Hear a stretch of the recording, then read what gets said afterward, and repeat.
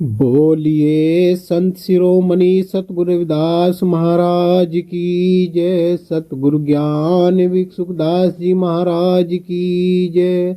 संत शिरोमणि सतगुरु समनदास जी महाराज की जय।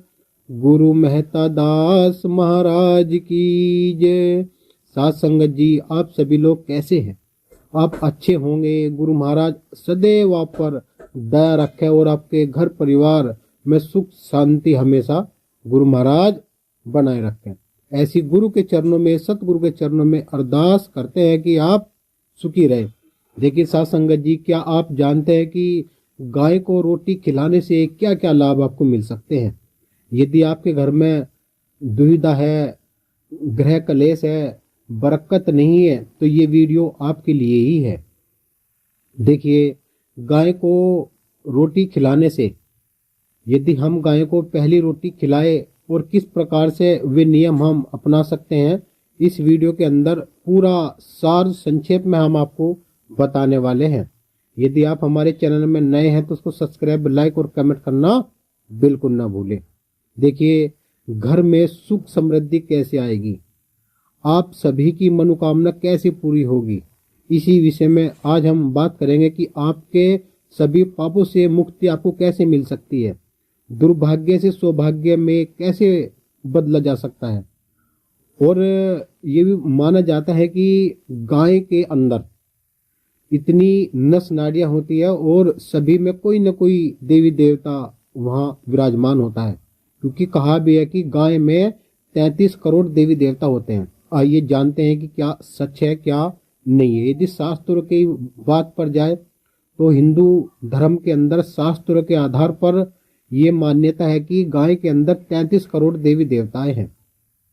और यदि आप संत परंपरा पर जाए तो तब भी गौ माता का ही उसको एक दर्जा दिया जाता है। इसलिए गाय को सदैव रोटी खिलाना, उसको मीठा खिलाना, उससे क्या होता है कि आपके घर में सुख समृद्धि आती है। देखिए, यदि आप गुरुमुखी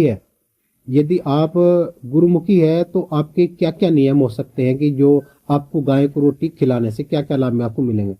यदि आप गुरुमुखी है तो सबसे पहले आप अपने गुरु को भोग लगा दीजिएगा, और गुरु के भोग लगाने के उपरांत एक रोटी या 2 रोटी गुड़ के साथ में गाय को खिलाने से आपके सब पाप मिट सकते हैं, आपके घर में सुख समृद्धि आ सकती है। जब आप गाय को गुड़ और रोटी खिलाएंगे, देखना, हमने भी जब से अपनी होश संभाली है, हम गाय को ही पालते हैं, बच्चियों को, जो बच्चिया है उसको भी पालते हैं। तो ऐसी मान्यता है कि जब दूसरे से गाय लाते हैं तो उसको वो मीठा खिलाकर बेचता है, और जब हम गाय किसी को बेचते हैं या किसको देते हैं तो भी उसको मीठा गुड़ खिलाकर ही उसको विदा करते हैं। इसके पीछे का क्या मान्यता है, ये हम आपको पूरी बात बताएंगे। और यदि ये भी आपने देखा होगा कि जब गाय कहीं से लेकर आते हैं और वो उसके घर पर गोबर कर देती है, जहां से मतलब गाय लाए और गाय खुलने से पहले ही वो गोबर कर देती है, तो ऐसा माना जाता है कि गाय उस घर में हमेशा अपना वास रखती है और उस घर में कभी दुख नहीं आने के। ऐसे ही जब कोई गाय लाता है अपने घर पर, वो अब तो ही गोबर करती है, तो वो ऐसा मान्यता है कि उसके घर में लक्ष्मी का वास हो गया है और उसके घर में कभी भी दुख, दलिद्र और ग्रह कलेश कभी नहीं होगा। यदि मान लो आपका बीपी हाई है, या मान लो आपको कोई समस्या है या कोई अंदरूनी समस्या है, तो गाय की जो एक नाभि होती है, जैसे एक जर्सी नस्ल होती है, एक साहिवाल, तो जब उसकी आप नाभि पे हाथ फेरते हो तो आपकी अंदर की सारी बीमारियां दूर हो सकती है। और यदि मान लो जैसा गाय का घी है, या मान लो दूध है, या मान लो उफला है, उफले तो सब जानते ही हैं कि गोबर से बनते हैं, भैंस हो या मान लो बिजार हो या मान लो बैल हो या भैंस हो, लेकिन जो सबसे ज्यादा मान्यता रखता है उफला, वो गाय के गोबर से ही बनता है। उसकी धोने में भी वो मतलब जलाया जाता है, उसका जो कंडा बोलते हैं उसको, गुस्सा।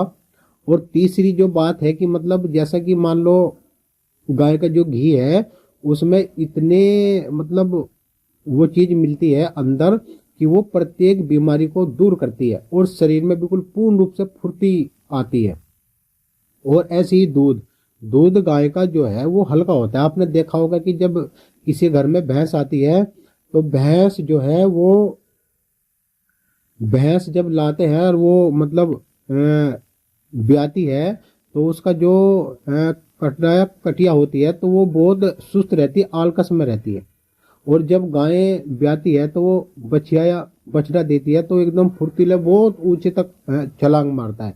इसका यही रीजन है क्योंकि गाय के दूध में ऐसे पौष्टिक आहार पाए जाते हैं जो कि मतलब शरीर में फुर्ती लाती है और शरीर को इस प्रकार से मतलब नरम बनाती है कि जिसकी कोई मतलब व्याख्या नहीं कर जा सकती।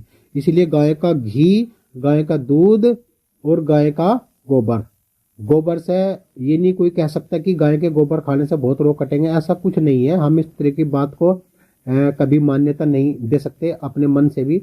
लेकिन गाय के गोबर से जो ऊफला बनता है उस ऊफले से अंगारी बनती है, अंगारी से भभूति बनती है और वो किसी न किसी झाड़ फूक में काम आती है। तो साथ संगत जी यही आपको बात बताने वाले हैं कि जो महत्वपूर्ण बात बताने वाले हैं कि गाय को रोटी खिलाने से आपको कितने लाभ मिल सकते हैं।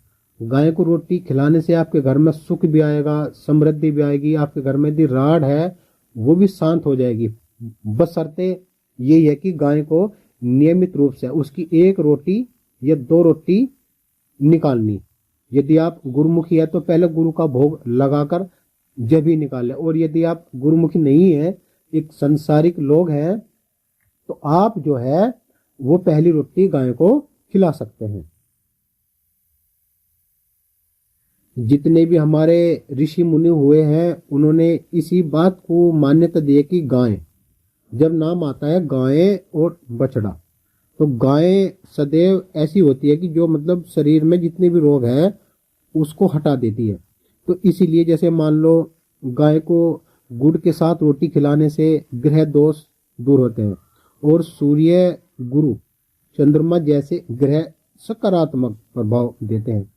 यदि आप पहली रोटी गाय को देने से, और मान लो जैसा ये लोग कहें कि भाई देवी देवता देव पितर, देखो इस तरह की बात किसी भी जो संत लोग हैं वो कभी भी इसको मान्यता नहीं देते, क्योंकि जो व्यक्ति इस संसार में आता है तो उसको जाना पड़ता है। कहा कि नाम रूप क्रिया भाई देखो दृष्टि पसार, ये सब मिट जाएगी रह जाएगी निसार।